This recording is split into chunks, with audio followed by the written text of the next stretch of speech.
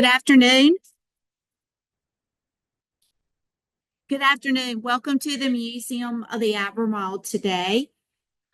We are delighted to have you for our History for Lunch. We just ask that if you are in person, if you will please mute or either turn off your cell phones. And then if you're joining us from Zoom today, if you will just please mute yourself.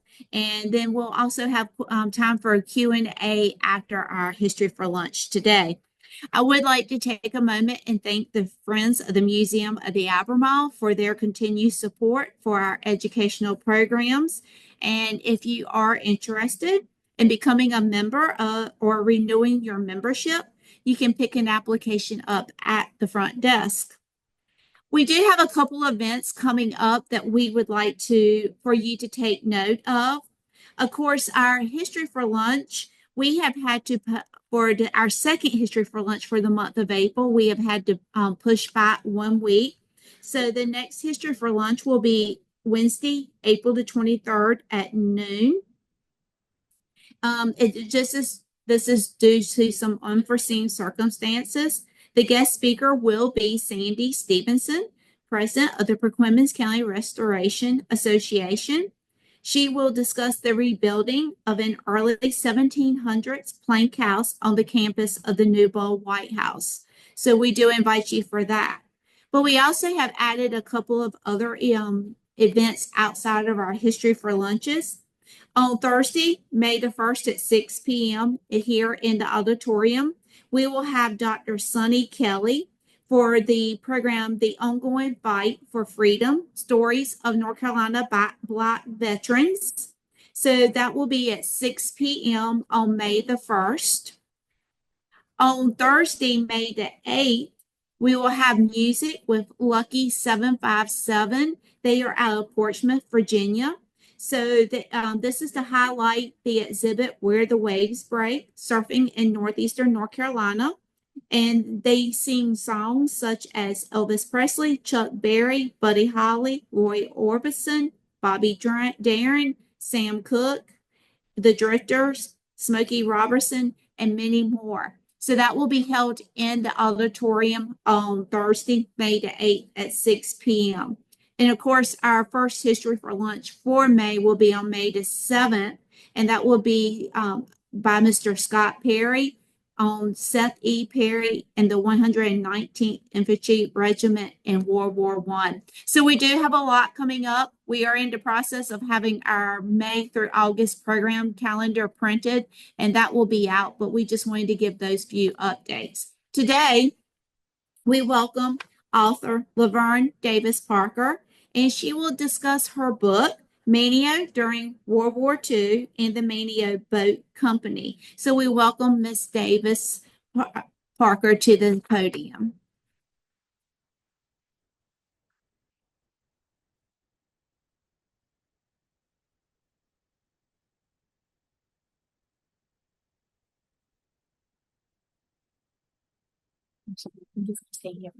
Okay, thanks.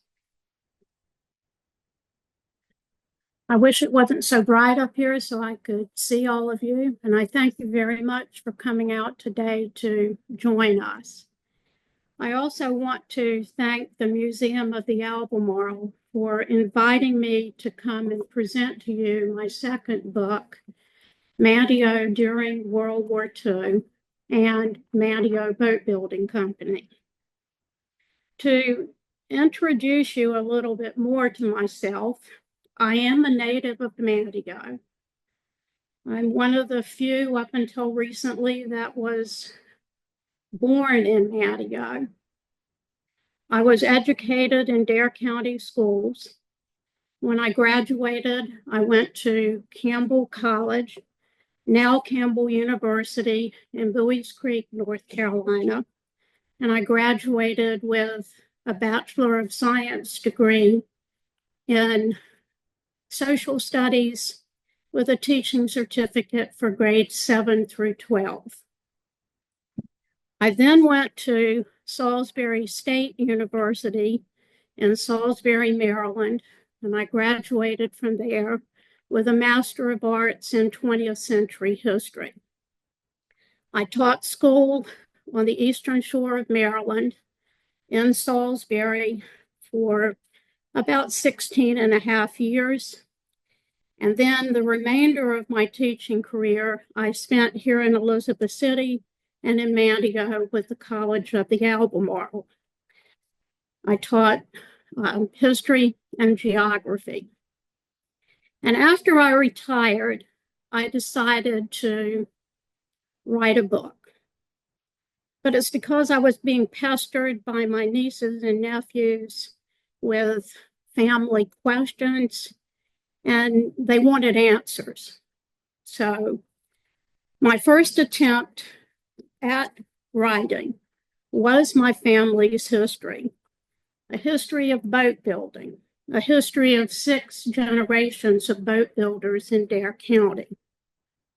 The book is titled Our Family, Its History, Their Boats, with a subtitle of 6 Generations of Boat Builders in Dare County. I was delighted to have been able to present the book for History at Lunch a couple of years ago. And since its publication, I have traveled many miles to speak about it and have collected much more information, as well as many artifacts and pieces of memorabilia, some of which I have brought with me today. All of these pieces, as I said, have been collected since the book was published. They're up in front of me, basically trophies from one race boat. The race boat originally started out in Pennsylvania, and it was called the Rebel Rouser, but it was sold to Louisiana, a little bit converted from the way that my father and my uncle built classy service runabouts, but nonetheless a champion in many different ways. Championships in my dad and uncle's race boats, for those of you who are race boat enthusiasts,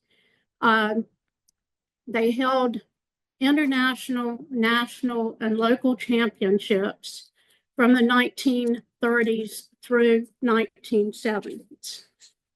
Of course, today those speeds have been broken many times, but nonetheless, their name is still recognized throughout the boat racing world. Some of my other family members and boats that are mentioned in my first book would have been George Washington Creef Sr., who is given credit with the development of the shad boat, which is North Carolina's state historical boat. He is my great-great-grandfather. My great-grandfather was George Washington Creef Jr., who is credited with building the Hattie Creef, and Hattie Creef, its association with Elizabeth City, is that it plied the waters of Northeast North Carolina for over 70 years and brought the Wright brothers from Elizabeth City to the Outer Banks of North Carolina.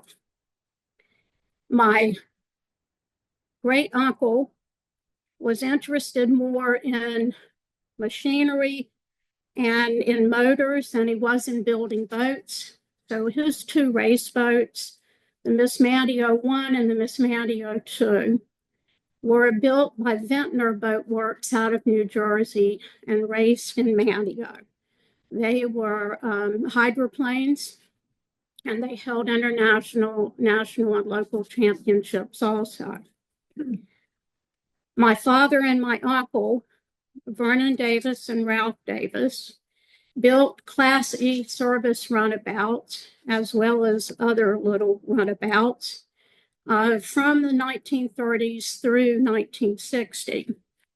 And it is their boats that I originally wanted to start writing about, but I figured I needed to go back and see where that boat building skill came from, which I think is from their family.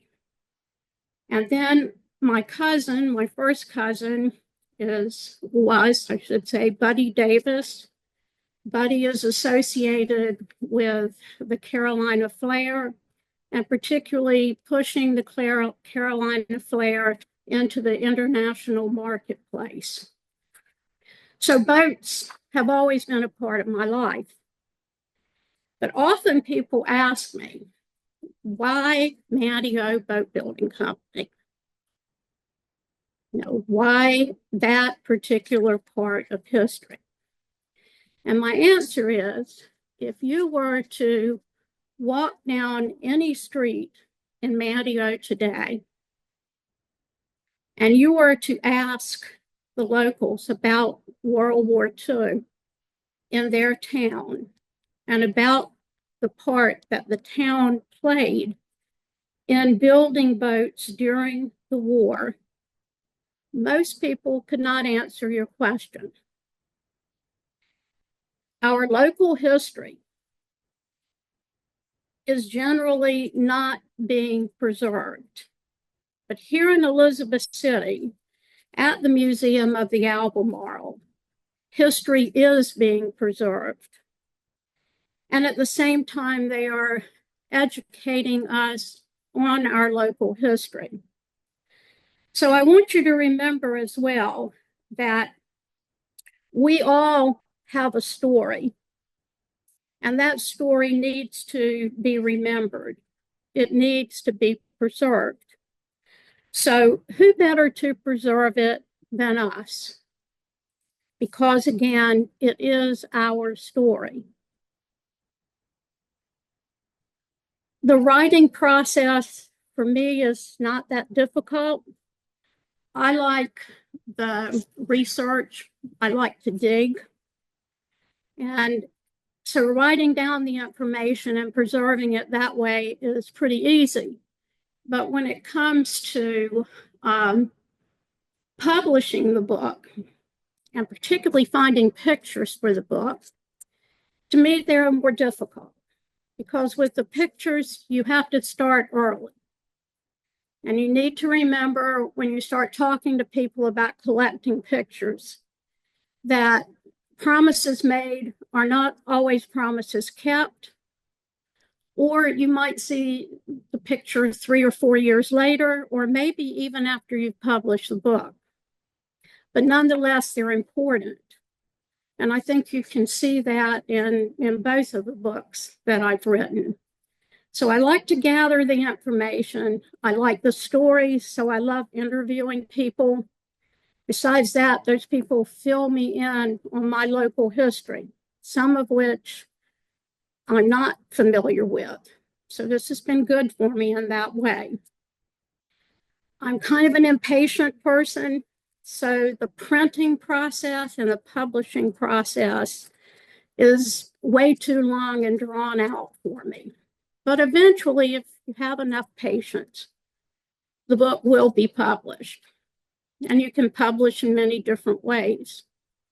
I've chosen self-publishing because self-publishing keeps me with having all the rights to my book rather than somebody else having the rights to them. So if I start to talk about the book at this point, when the war started in 1939, there were basically only 2 shipyards in the state of North Carolina that were ready to build ships or ready to build any kind of major boats for a war effort. Those 2 shipyards were here in Elizabeth City and in New Bern at Barber Boat Works. By the time the war was over, there were 5 shipyards in North Carolina, the largest of which was in Wilmington. And it was a division of Newport News Shipbuilding. It produced a record number of boats during World War II. In New Bern, the Barber family owned the boat works. And the major problem that New Bern had, because it also created larger boats during the war, was dredging a channel from New Bern to Morehead City. So there was an exit place into the Sound. There was a shipyard in Washington. It was called the Pamlico Shipyard. It was associated with the shipyard here in Elizabeth City. And then Elizabeth City, as I said earlier, and the fifth and the smallest of the shipyards was in Manteo. Manteo never employed over 200 people, and I can't find in all my research any list which would show me that they employed more. From the Rock of the Eye exhibit here at the Museum of the Albemarle, which I hope all of you have seen, and if you haven't, then it's upstairs, and please take advantage of it. The Elizabeth City Shipyard built tugboats, it built subchasers, it built military rescue craft. The exhibit said that there were 4 harbor tugs constructed, 10 rescue craft, 30 subchasers, and 6 supply boats, for a total of 60 boats. Also from the Rock of the Eye exhibit, it said that Manteo Boat Building Company constructed sailing dinghies, Army air rescue boats, life rafts, Army launches, and landing craft. So from using 3 sources to support my information, I've given you a sheet that will show you that during the war years, Manteo Boat Building Company completed 67 boats. 47 of those were for the wartime effort. 20 of those were for the Naval Academy. So if you notice on the sheet that I gave you, because I think it's easier for you to see this than just to hear me talk about it, there were 7 104-foot Army air rescue boats, 10 83-foot Army air rescue boats, 10 45-foot Army air rescue boats, 5 shallow draft or 5 36-foot shallow draft Eureka boats. These were designed by Andrew Higgins from New Orleans, Louisiana, and they were the forerunners to the 15 landing craft infantry, or the LCIs, that were constructed in Manteo. And then there were 20 dinghies, as I said, 14-foot dinghies for the Naval Academy. Interestingly enough, according to a researcher in Annapolis, there are still 2 of those dinghies that are in use in training programs today at the Naval Academy. There were life rafts that were constructed or contracted for in Manteo. There were 250 Bell-type life crafts, 150 Weir-type life crafts, and the Weir-type life craft had kind of like a cover over the top of it. So the government thought that these were really not the way to go. So they canceled the contract in the middle of building them. And truthfully, I don't have any idea exactly the number that were constructed. The book will also mention several other types of government contracts that were received on Roanoke Island during the war. So it was a busy place for a small little town. That's important to remember. But so too is the year 1942, because 1942 is the year that brought to the Outer Banks a tremendous amount of fear. And if you look at and you read World War II history materials, you'll find that during the first 6 months Off the North Carolina coast, 80 ships were sunk by German U-boats with a loss of 1,700 lives. 1,700 lives in 6 months. There were explosions, which you could hear in Manteo without any problem. There was the sinking of ships and the orange glow in the sky that older people will frequently tell you about when they are discussing the war. There was no going to the beach the day after a ship sunk, because this is the time when bodies were being collected and moved to a different location. And they didn't want to instill any more fear into the local population than what they had to. In writing the book, I decided that I needed to follow a chronological order. But, part of that is because I'm one of those history majors and we like to keep things straight. But in doing so, I needed to find a way that would show where the Manteo Boat Building Company would be located. Because if you've been in downtown Manteo, you know it's pretty crowded. It was back in the 40s also. But there was a fire in 1939. It was in September and it was a terrible fire. It leveled the south and part of the east end of the town. And no matter what the cause, and there are numerous reasons given for the fire, the important thing to remember is that no lives were lost that day. Fire companies from as far away as Norfolk and Elizabeth City supported the local fire company, as well as the local CCC camps and the Coast Guard and other military personnel that were located in or near Manteo. After the fire, there were new codes and policies that were set about in the town. And basically, the concept was that all buildings in downtown should be constructed of stone and mortar and or brick.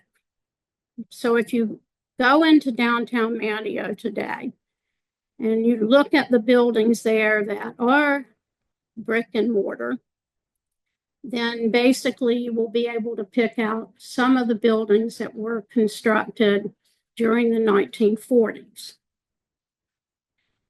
As you can imagine, after a fire destroys a third of your town, then many new businesses were constructed.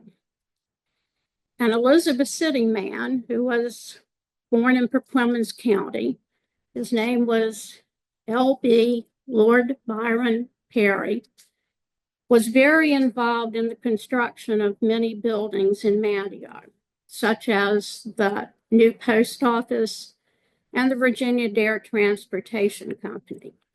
Both of these I will show to you in the slide presentation. And there were also many new businesses that came to town. One that always comes to mind with me, because it's one that I grew up with, would be Walker's Diner. It was kind of the political hotspot in Manteo. Anything you wanted to know about what was going on in Manteo, you could find in Walker's Diner, later run by the Duchess of Dare. It existed in Manteo for about 40 years. But building slowed down by the end of 1940. Primarily, my guess would be because there was a lack of money at that point. And then at the end of 1941, you saw our entry into World War II. Excuse me. I have a lot of allergy problems, so hopefully my voice won't keep coming and going. What was happening in Manteo also in 1941, and as we moved into 1942, is that the craftsmen, the skilled craftsmen, were leaving. They were leaving Manteo and leaving Dare County and going towards the higher paying jobs in the shipyards of Hampton Roads, or even in the shipyard here in Elizabeth City. This worried, in particular, 12 businessmen, as they could see the population dropping, as well as the economy and the profit in their businesses in their little town. So along with a prominent local politician, Mr. R. Bruce Etheridge, they tried to study the possibility of building boats. That way, the skilled workers could stay in Manteo with wages comparable to those in Hampton Roads, and this would help the economy of the town and therefore help their businesses. The businessmen were M.K. and W.B. Faring, who were brothers. They had several businesses, including a cafe in downtown Manteo. Guy and H.B. Lennon, who owned Virginia Dare Transportation Company. Guy Lennon will go on to be the president of Manteo Boat Building Company, and the next man, Theodore Meekins, who was kind of an entrepreneur and a real estate agent, he became the vice president of the corporation. The next name should be familiar to a lot of you. His name was G.T. Rass Westcott. He owned several entertainment places in downtown Manteo, including a pool hall, and is, of course, always associated with the Nag's Head Casino, which stayed open during the war.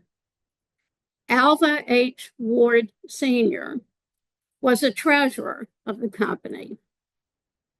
Lee Hassel, or Mr. Alva, I should say, also owned an ice plant down in Wanchese, which later moved to Manteo. Mr. Lee Hassel was the secretary of the company, and Mr. Lee owned part of Hassel and Creef Chevrolet in Manteo. Martin Kellogg Jr. was a lawyer for the company, and the brothers Ralph and Vernon Davis were included in the 12. H.A. Creef Sr. quickly sold his shares of stock to Oscar Van Sant, who became the foreman on the first contract. And he is the brother of Joel Van Sant, who built the mothboat here in Elizabeth City. The location for Manteo Boat Building Company was the south end of Manteo, today where you would find the Roanoke Island Maritime Museum. If you are walking on the boardwalk in Manteo in some time in the future, and you walk across the little bridge, which is close to the George Washington Creef Boathouse, then you will walk across where the Marine Railways was located from the 1880s through World War II. So throughout the book, you will see how the boats were built and how successful the businessmen were at keeping skilled workers home and businesses flourishing in a wartime economy. Sometimes the biggest complaint of the businessmen in the town was they didn't have enough inventory. Well, I think today that would be quite a problem for anyone. You will also see that some of the businessmen in those 12 began to take salaries and expenses for trips out of the boat building company. And you'll also see as well other little flaws or cracks within the company. And from reading Martin Kellogg's files, and as I said, he was the lawyer for Manteo Boat Building Company, and Charles Evans shared these with me. What I was seeing in reading Mr. Martin's files in shades of gray finally became shades of black and white and even red as I found the final audit of the company, which is available for you to see and maybe will help you if you read the book further decide if you think they were successful or not. It can be found at the Outer Banks History Center. Chapter 7 in the book is the conclusion. And basically, chapter 7 is my personal opinion, because I feel like the boat building company was successful. But I think it was weighted too heavily on the administrative side. So when the company ceased to exist in 1945, it was in the red. I'm going to give you one example to show what I mean about weighted too heavily. I'm going to use the president of the company. When they started paying themselves, he paid himself $2,800 in, or pardon me, they started out paying himself $2,400, which in 1942 went up to $4,800 with travel expenses of about $1,300. And if I look at the 4 years, 1942 to 1945, then basically in salaries, he was paid about $23,000. Travel expenses, almost $7,000, and some interest from money that was owed to him that was finally paid to him, another $700. So this amounts to, during that 4-year period, $35,678.50. Now, remember, he's the president of the company, so he does have to travel. It's pretty expensive even during the war years, but nothing like, of course, it would be today. But he also had a full-time business of his own that he ran. So he was also paid out of his own business. There were contracts from his own businesses with Manteo Boat Building Company. So he was paid for those contracts too. So, as again, what I said is that my experience in reading the final audit is that those cracks and divisions within the company all of a sudden became black and white, something that was easy to see, and easy to see why they were in red when the company closed. The town of Manteo benefited greatly from the influx of government money, and this added much to Manteo's wartime success. There were various WPA projects that were started in the 60s, in the 30s, and they were completed, such as water and sewer, sidewalks, paved streets, a new fire department, and a town hall building, which were one and the same. And then there was a community building. So this all gave the town progress that it otherwise would not have had. And then once the war was over, people who came to work for Manteo Boat Building Company stayed in town. They built houses. They became a part of Manteo. Others returned after the war and settled there.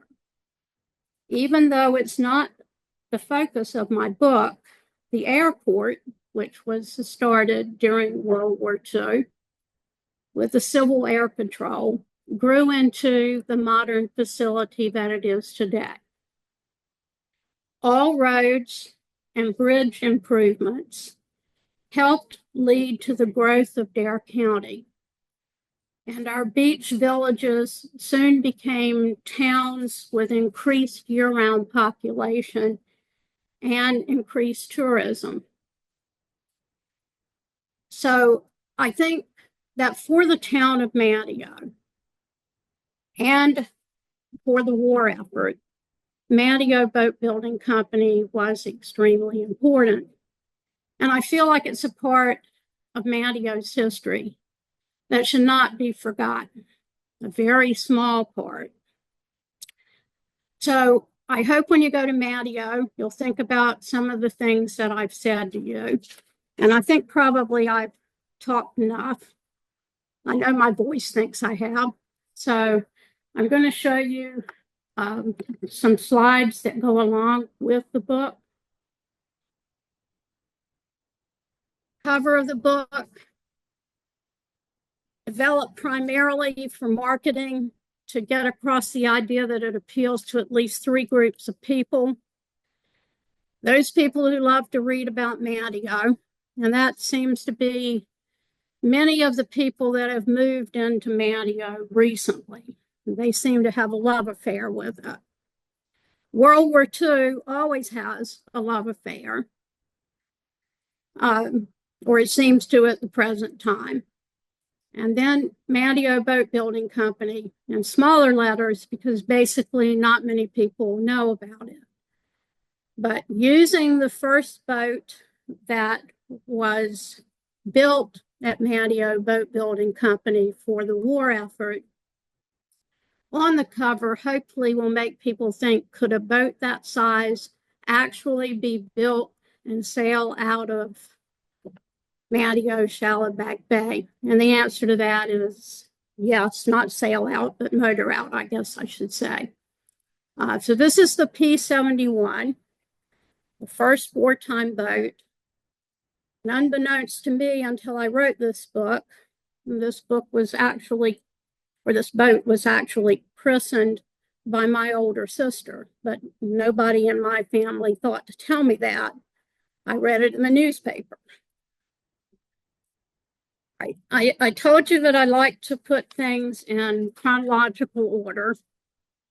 So whenever I wrote the book using an outline for the material I found, plus I tried to include any kind of international, national, or local information that I definitely needed to include. So as I've said to you earlier, I chose 1939, I needed a place for the boathouse. The fire gave me that place for Manteo Boat Building Company. And I needed the changes in town in 1939. So this is an aerial view of the town of Manteo in 1939. And you can see, come over here. I hope you can hear me away from the microphone. You can see the south end of town and the east end of town burning. And if you've been to Manteo, you know that there are 3 basic streets in the downtown area. One which runs north-south, south here, going up to the north, was called Water Street. During World War II, today it's called Queen Elizabeth Street. The northernmost east-west street is Budley Street today. It was Highway Street during World War II. And the southernmost street running east-west, or east-west would be Sir Walter Raleigh Street today, the street I grew up on, and it was County Street prior to this. The important building to remember in the center is the courthouse, which is still there. It is brick and mortar, but it was built in 1904. Okay, some of the buildings constructed during the war would be, or just prior to the war, would have been the Pioneer Theater, which is getting a lot of traffic right now because it has been reconstructed. Down in this area, although it's not built in this picture, would be what was Faring's Cafe. Today, it's where New Vines is located. Everything you can see here on the south end of town is gone. I mean, there was no survival of any building in this location. And the boathouse would be just over here, Manteo Boat Building Company. So Manteo in 1939. And the History Center has some wonderful pictures and photographs that you can also use for this. The next slide is of Water Street with a northeast view. And there's some important things that you might want to keep in mind in this. First of all, for those of you who have been eating at Owen's Restaurant for many years, Owen's Restaurant had its start in downtown Manteo. And this is during the fire. And you can also notice as you look through this that there is a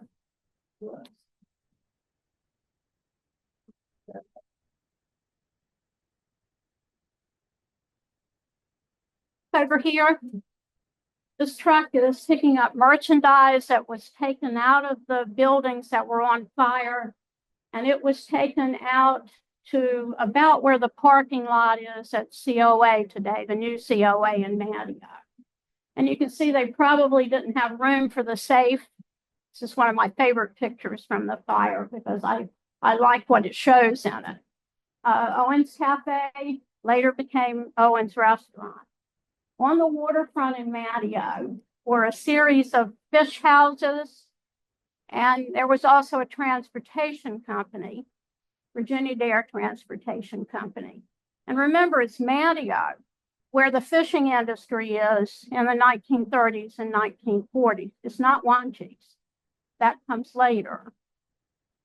The building with the orange crush sign on it belonged to O.J. Jones, and it was a general merchandise store. Okay, so let's try the next one, which will be the new buildings in Manteo in 1940. And you'll notice, let's see if I can do this from up here. Yeah, you'll notice that the post office is still in Manteo today. It's diagonally across the street from Manteo Furniture Company on Sir Walter Raleigh Street, and it has been painted white. And then on Highway Street or Budley Street, this building is still there. This was constructed for Virginia Dare Transportation Company. Today it's part of the storage for Manteo Furniture Company, but the building is still there. This is Creef and Creef Railways in Manteo. It was located on the south end of town. It burned in the fire of 1939, but there had been a marine railways there from the 1880s. George Washington Creef Jr. and his brother Benjamin Howard Creef had a pretty successful business there from the 1880s until the business was burned, but they weren't around for that, but another family member was. So this is what Manteo's waterfront looked like around the turn of the century at the south end of town. And next is the inside of Manteo Boat Building Company in 1941. And what they're constructing here are the dinghies for the Naval Academy. This is one of the International I dinghies, which is sailing on Shallowbag Bay. Also constructed, as I said, in 1941. This is another photograph of the P-71, the first boat that was launched by Manteo Boat Building Company for the war effort. And if you'll notice, you look at it, whoops, I keep wanting to do that for some reason. Then I keep wanting to go in the wrong direction. If you'll notice, the wheelhouse and the crew quarters, they're the same on all the boats that were constructed at Manteo Boat Building Company. It just depended on the size of the boat they were building as to whether the wheelhouse was larger and the crew quarters was larger. All of them had on the back a derrick for kind of raising airplanes out of the water when they were rescuing people offshore. And next is the 104-foot Army Air Rescue boat, the P-253, which you can see the bow of in this. It does have a larger wheelhouse, and it obviously has a larger crew quarters because it is a larger boat. And then I thought, you know, I've given you an example of the dinghies. I've given you an example of the wartime boats that were built there. Now, the next thing I would do was ask you a couple of other things about Manteo to see if you were familiar with any of these. So, did you know that Manteo had a dairy? There were several dairies here in Elizabeth City, thanks to Lori telling me all of this. But Manteo had its own dairy. It was very popular in the 1930s, and it was owned by Zebulon Vance Brinkley and his wife. On his Brinkley farm, he operated a dairy called Holcomb Dairy, named after his two daughters, Huldah and Camille. I included it in the book because in 1944, I realized Manteo Boat Building Company was in trouble then, financially. But they purchased the dairy. And the reason given for purchasing the dairy in 1944 was that they wanted to protect and have their workers protected, and their workers would have plenty of milk to drink. That's not the reason. You know, if you think about it, why would a boat building company who was in trouble anyway want to purchase the dairy? It's the land. The land was contiguous with Manteo Boat Building Company. So if Manteo Boat Building Company had a chance to survive at the end of the war and expand, then they needed this piece of property. So that's the real reason for the purchase of the dairy. And did you know that Manteo had a business college long before COA came? But I'm still glad they have COA today. The business college, as I said, was called Manteo Business College. It was operated by a gentleman whose name was Frank Tagle, and he was from the Philippines. And the people of Manteo loved him. He taught daytime classes, nighttime classes, how to use the most modern equipment during that time period. But then when the war started, all of a sudden the feelings in Manteo changed. It was almost like, and if you talk to certain older people, it was almost like he was automatically considered to be a spy. Now, considering that later on he went to work for the Treasury Department in WWII+, I certainly hope that wasn't true. I don't think that was true. But nonetheless, that will just kind of show you the fear that was beginning to be seen in Manteo during this time period. Manteo also had a bottling company.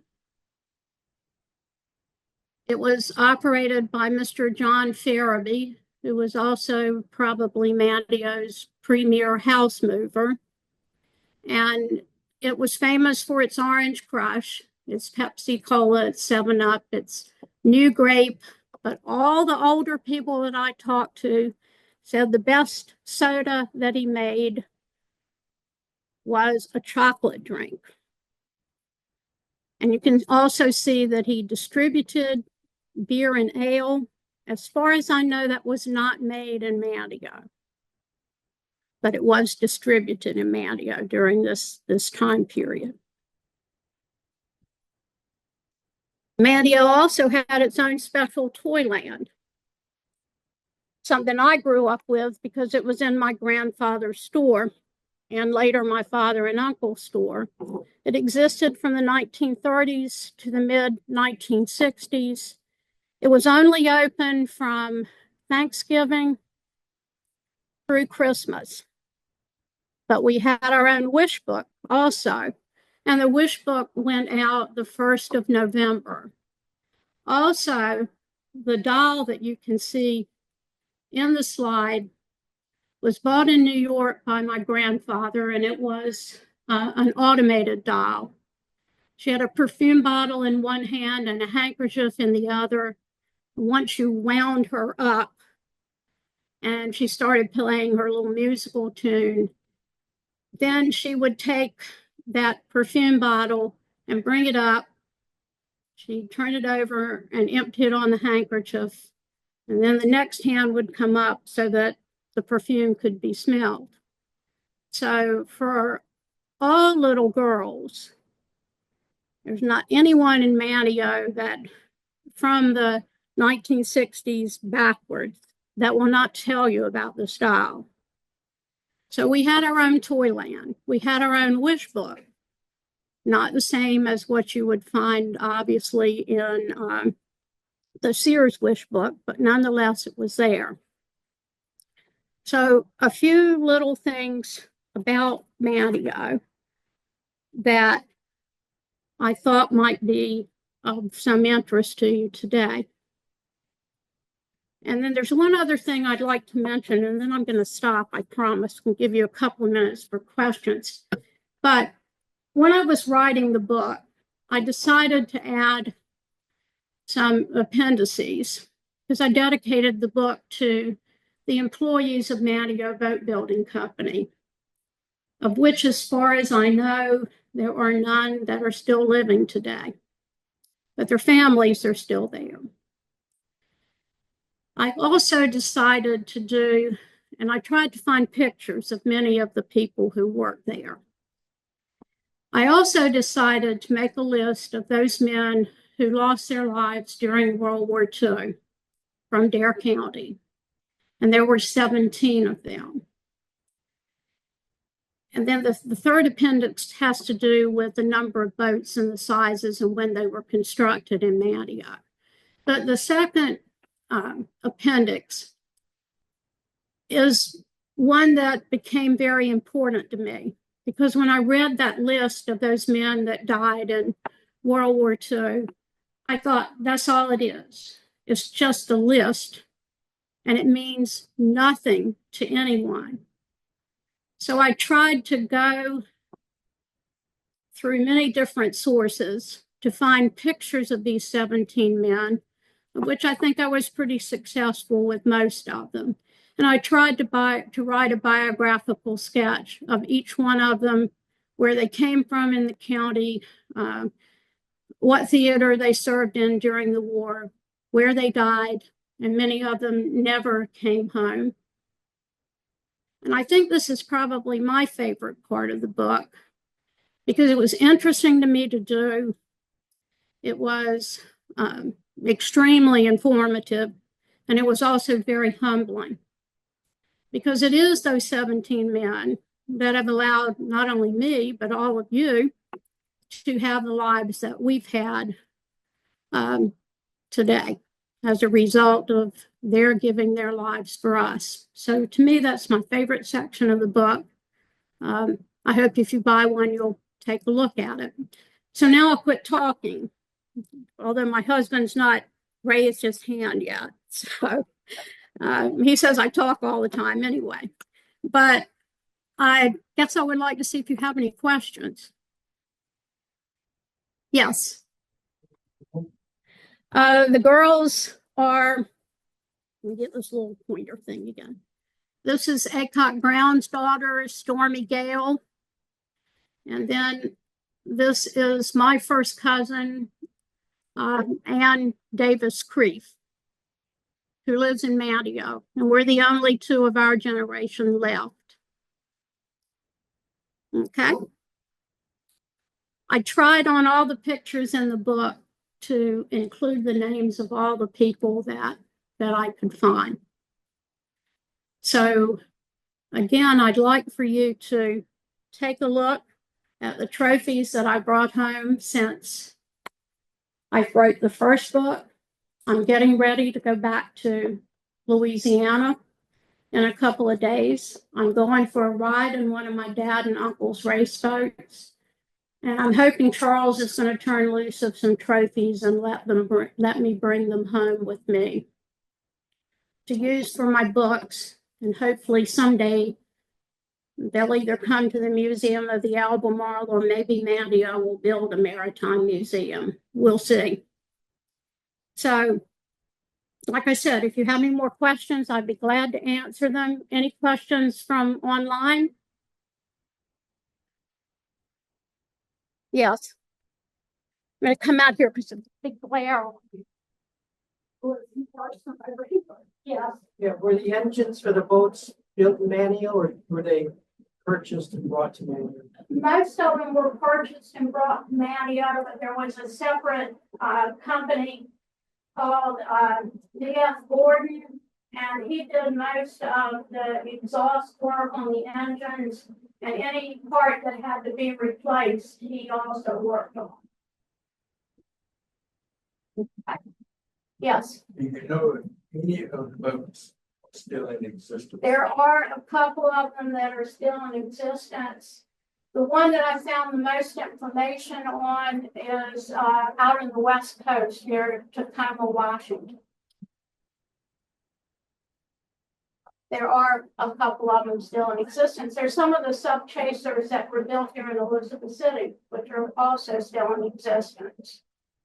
There is, at least for the Army Air Rescue boats, there is an online site, and that online site you can trust for one thing, but it will give you when it was built, where it was built, what happened to it after the war.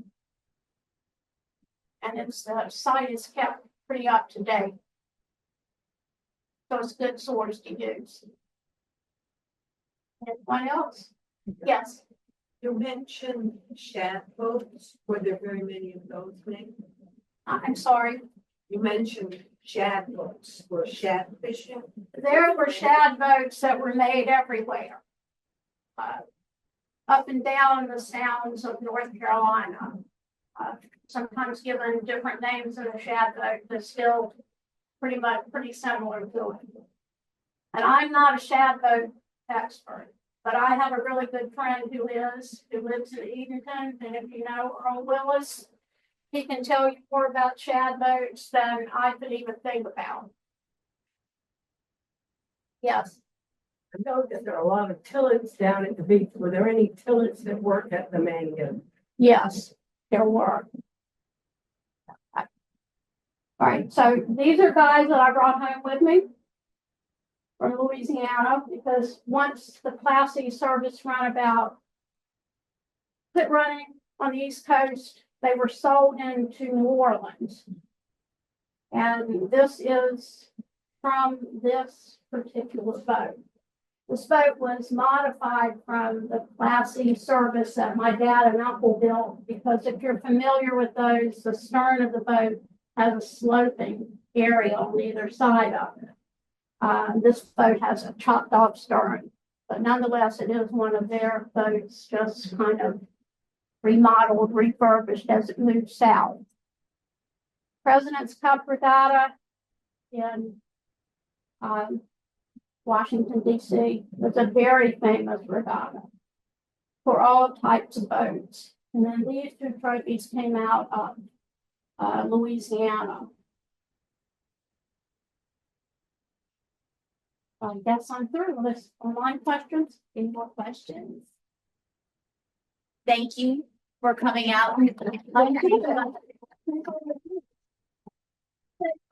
The boat books are available in the museum shop, and we also have a table set up, so if you would like to purchase a book, I'm sure you would be more than willing to. I would be definitely willing to Sign sign the it. book, so they are available in our museum shop. So thank you to everyone for coming out today. Yes, And thank thank you very much.